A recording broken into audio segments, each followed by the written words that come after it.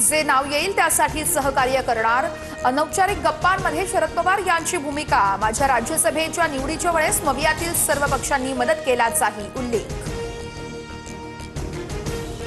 सुनेत्र पवार यांना सर्वांनी पाठिंबा द्यायला पाहिजे। मुख्यमंत्री फडणवीसांचं सर्वपक्षीयांना आवाहन।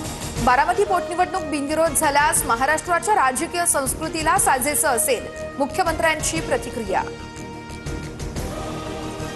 उपमुख्यमंत्री सुनेत्र पवार यांचा उद्धव ठाकरेंना फोन। बारामती विधानसभा पोटनिवडणुकीमध्ये पाठिंबा देण्याची मागणी। काँग्रेस लढण्यावर ठाम असताना पोटनिवडणूक बिनविरोध करण्याचा प्रयत्न। बारामतीच्या पोटनिवडणुकीमध्ये उमेदवार देण्यात येऊ नये, ठाकरेंच्या सेनेतील वरिष्ठ नेत्यांची भूमिका। आज किंवा उद्या अधिकृत भूमिका जाहीर करणार, तर राहुरीमध्ये पोटनिवडणुकीसाठी स्थानिक पदाधिकारी आग्रही। भोंदूखरात हवालाच्या माध्यमातून दुबई तसेच ऑस्ट्रेलियासह 4-5 देशात मनी लॉन्ड्रिंग करायचा रोहित पवारांचा ट्विट करत आरोप। भ्रष्ट आणि अधिकारी आणि नेत्यांचे हजारो कोटी पाठवल्याचाही रोहित पवारांचा दावा। नाशिकच्या दिंडोरीमध्ये कार विहिरीत कोसळून 9 जणांचा मृत्यू। मृतांमध्ये एकाच कुटुंबातील 6 शाळकरी मुलांचा समावेश। मुख्यमंत्र्यांकडून चौकशीचे आदेश। मृतांच्या वारसांना 5 लाखांची मदत जाहीर।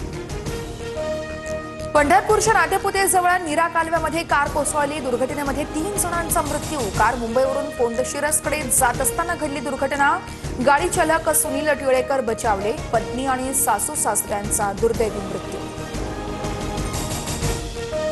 सातारा जिल्हा परिषद सभापतींच्या निवडीवरती शिवसेना आणि राष्ट्रवादीकडून बहिष्कार। सदस्यांकडून सभागृहाबाहेर आंदोलन करत निषेध। जिल्हाध्यक्ष निवडीच्या वेळेस राड्यानंतर परिषदेच्या आवारामध्ये 144 कलम लागू। गॅसच्या तुटवड्यामुळे परभणीतील 7 एलपीजी पंप 3 दिवसांपासून बंद। एलपीजी मिळत नसल्यानं रिक्षा चालकांकडून भाडेवाढ।